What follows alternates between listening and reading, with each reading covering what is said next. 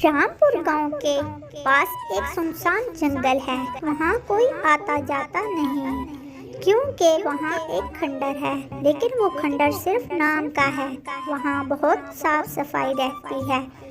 खंडर का गेट रास्ते पर है और बाहर पानी का एक मटका रखा है और वहाँ लिखा है माँ की ममता। जंगल में भूख और गर्मी पड़ गई थी, जिसकी वजह से जंगल सभी पंछी दूसरे जंगल जा रहे थे। उनमें एक टोनी चिड़िया भी थी और उसका एक बेटा भी है। टोनी बेटे को साथ लिए काफी दूर तक आ गई थी। अब तो मेरे पंखों ने भी जवाब दे दिया है और मेरा चूचू भी कुछ देर में खाना मांगेगा। मेरे पास तो कुछ भी खाने को नहीं है, मैं ऐसे क्या खिलाऊंगी। टोनी इसी चिंता में थक जाती है और सो जाती है और उसके साथ वाले पंछी आगे निकल जाते हैं। 1-2 घंटे के बाद चूचू के रोने की आवाज़ टोनी के कानों में पड़ती है।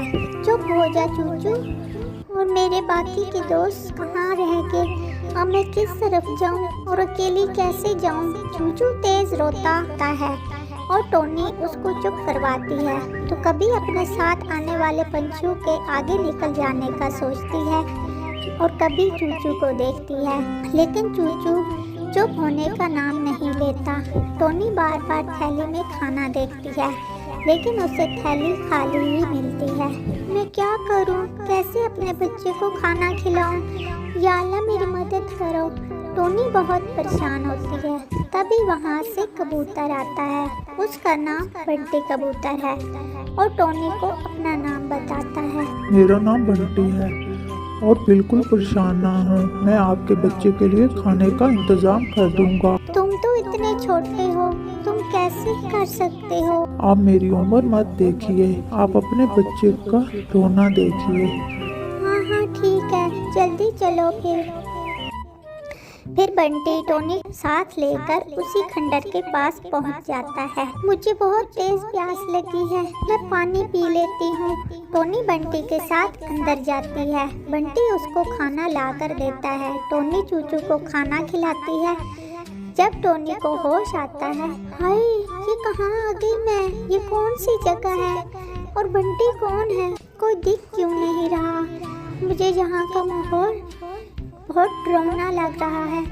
बंटी मुझे बताइए, मैं यहाँ ही हूँ। मैं अब यहाँ से जाना चाहती हूँ। अब तो शाम हो गई है, आप इतनी दूर कैसे जाओगी?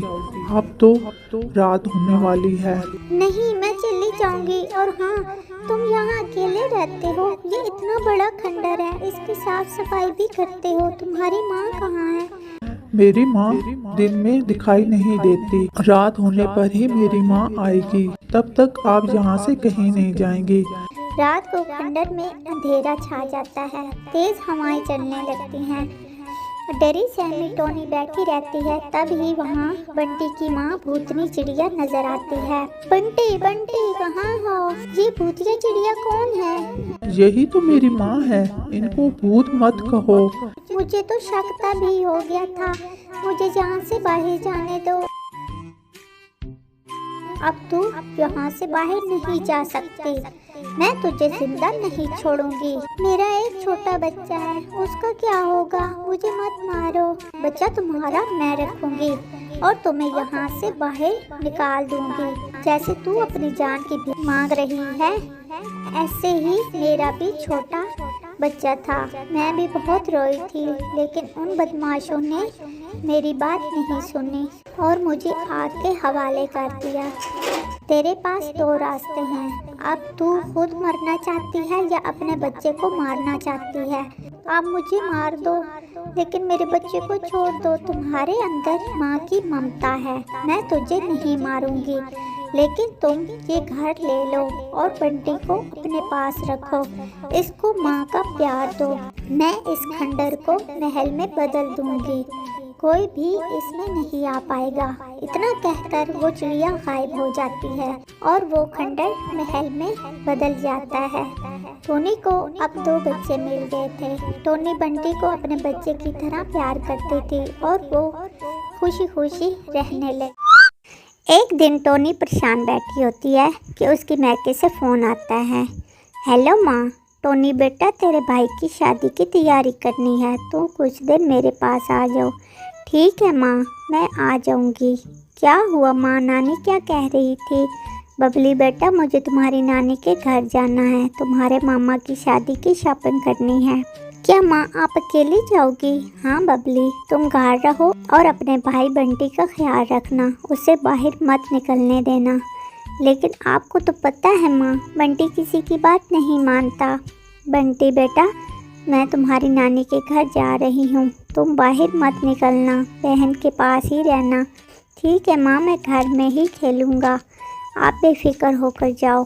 फिर टोनी अपनी माँ के घर चली जाती है। बबली, माँ तो चली गई है, मैं थोड़ी देर के लिए बाहर खेलने चला जाऊँ। नहीं बंटी, माँ ने सख्ती से मना किया है, बाहर बहुत गर्मी है और पता है ना, गर्मी की वजह से तुम्हारी तबीयत ख़राब हो जाती है।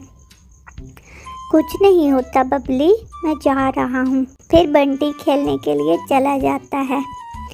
खेलते खेलते बंटी बेहोश हो जाता है। फिर उसका दोस्त उसको उठाकर घर ले आता है। बबली बहन, बंटी खेलते हुए बेहोश हो गया था, मैं इसको उठाकर ले आया हूँ। मैंने इसको मना भी किया था, लेकिन इसने मेरी बात नहीं मानी, मैं अभी माँ को बताती हूँ। फिर बबली माँ को बताती है और वो जल्दी से घर आ जाती है। बबली, क्या हुआ तुम्हें? माँ, इसको आपने लाड प्यार करके ज़्यादा ही बिगाड़ दिया है, माफ़ कर दो माँ, मैं आज के बाद कभी बाहर नहीं जाऊँगा, आपकी हर बात मानूँगा। चलो अच्छा हुआ, तुम्हें अक्ल तो आई, देर आए दुरुस्त आए। अगर कहानी अच्छी लगी हो तो चैनल को ज़रूर सब्सक्राइब करें।